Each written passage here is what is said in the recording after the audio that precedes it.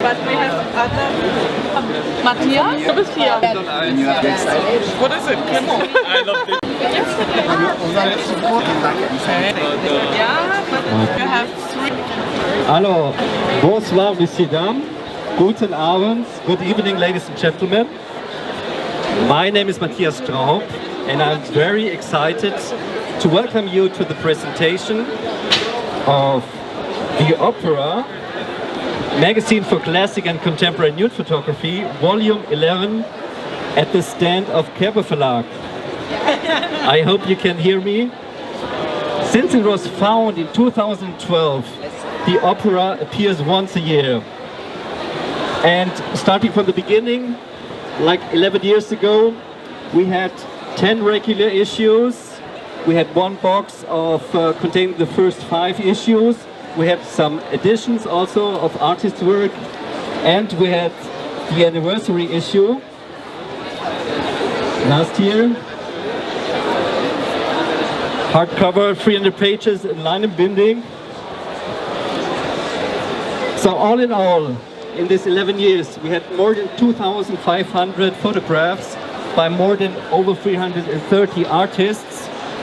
One may ask now, does the world really need another nude photography book? Hasn't there been any of all kind of nude photography approaches which have not been published yet? And are we able to present something new that is worth spending 45 euros on? It may not come as a surprise, but we strongly believe, yes, of course, there is a reason. And although every kind of single, couple or group portrait has been shot and published, also any kind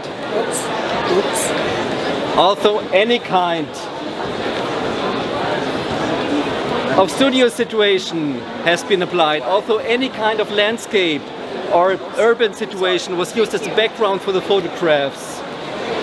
Also any model, any size, almost any age but minors, any gender from all over the world have been published already. We still believe that we can show you something new, and there's still something for the world to see.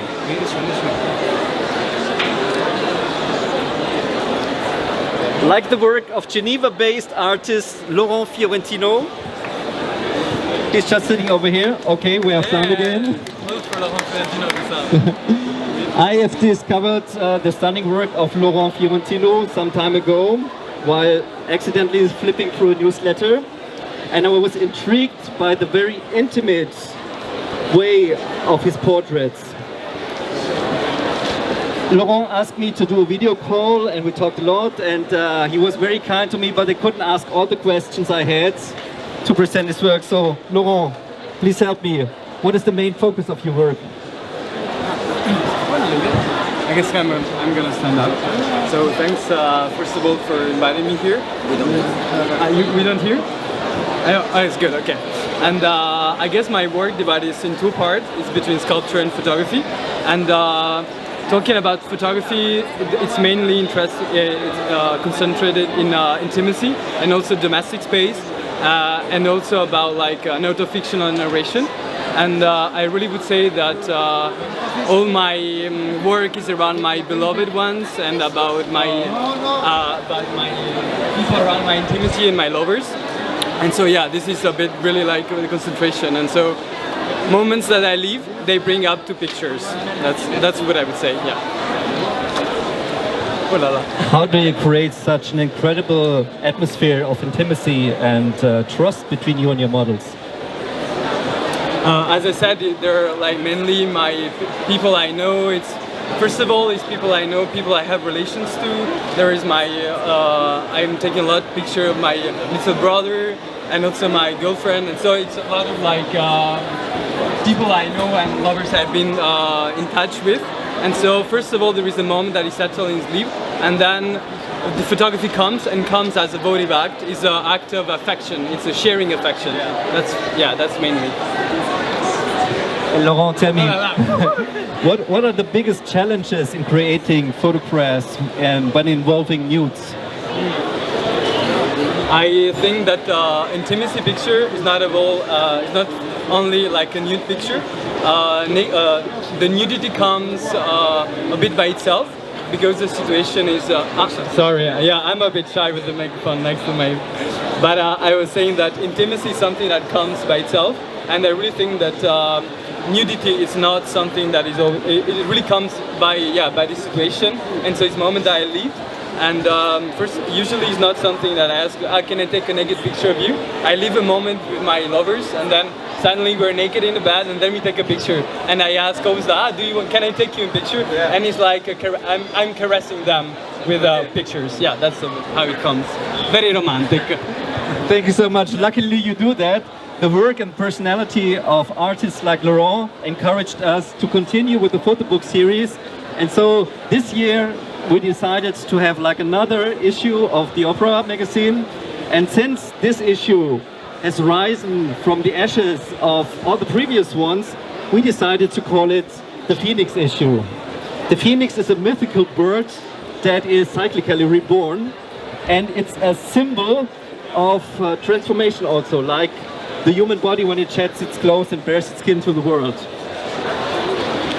For nudity, it's not just a state of not wearing no clothing, but it's also a state of being free from society's constraints and expectations. It is a way of expressing oneself without fear of judgment. That's what I believe. The naked body is like a canvas on which you can paint your fantasies, your own stories, your destinies also. And it is a way to transcend the mundane and to rise above our daily lives, like the phoenix rises from the ashes. And yes, it was time for a new layout. And this beautiful new layout was conducted by internationally acclaimed design studio Tilla Knöll. We have Sven here. Stefan is not here. Thank you so much, Sven, for your beautiful work. Stefan also, when he comes later on. Your sophisticated design approach and your love for detail makes your design so sophisticated, and the look of the Phoenix issue a real feast for the eyes. Thank you again. But of course, and above all, it's not only the beautiful layout, but the work of more than 30 photographers who make this issue so special. And I have the chance to have met many of those here today. Like Milena Schilling over here, she's there, Bruno Clément is there, there's a couple of other guys also. And one of my favorite photographers is also here. I've been following the work of Rémi Rébillard for many years now, and I admire his poetic style and the way you paint your pictures with light. In this issue, Rémi has a beautiful 8-page series, and I want to take this chance to also ask you a few questions. Rémi, what inspires you the most in your work? You can stand up. Sorry. Hello. The motivation to create an image that reflects what I see. Yeah. How I see. How I see. How I see. That's it. It's simple. Okay. Ask me another question. So can you a little bit elaborate on the process of creating your images? Okay. This is a little difficult because lately I'm working on painting with maglite. So I'm shooting on a low light situation, which is normally north light from a skylight or from a window. And then I shoot 2 to 3 seconds. So I paint during that 3 seconds, I paint with light. And I also have a flash, a little flash with a color to bring my skin tone. And that's it. It's what I do lately. It's, I've been working a long time in fashion. And then I stopped in September 11. I was living in New York I live in New York since a long time. And I came back to the photography, but on the artistic side and doing, something new for me. And what kind of stories do you like to tell with your photography? So it's very simple. I don't tell stories. I just work on emotion. just emotion. Just if you know, there's no stories there probably. There's you like it or you don't like it, and yeah, that's it. It's simple. Thank you. For me, it's like looking at a story, and to understand your pictures is like reading some things that your fantasy transcends. So for me, it's a story, but I agree. So sometimes that's for you it's pretty. story. Exactly. Yes. Exactly. Thank you so much, My Rémi. pleasure. Thank you. The Opera magazine is inspired by the cultural richness of the opera and by all kind of human emotions like love, hate, grief, sorrow, anger, and so on. The Opera magazine itself is usually divided into 5 chapters. The first chapter is called Exposition, and it's the introduction of a theme, whereas in the magazine you have a lot of white space, color reduced, or even black and white photography. The second chapter is called Complication, whereas in an opera play the problem, an enemy or a challenge occurs. It's getting more visually more vivid. And the third chapter is called Peripety, and it's the preliminary climax of each issue. It's very loud and a lot of colors and very strong. And the fourth chapter is called Retardation, and you have a lot of disturbance and disruption, both physically and visually. And the fifth chapter is called Catastrophe, like in a drama. We have these big widescreen pictures, like in the last part of an opera play also.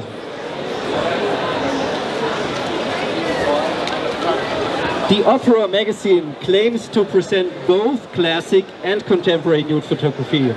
When it comes to classic photography, I believe that beauty is timeless, and you will also find very old images from the 1920s.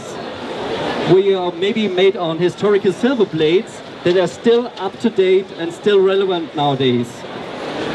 But also, of course, nowadays there are so many young and talented artists from all over the world who discover nude photography and transform it into their own language.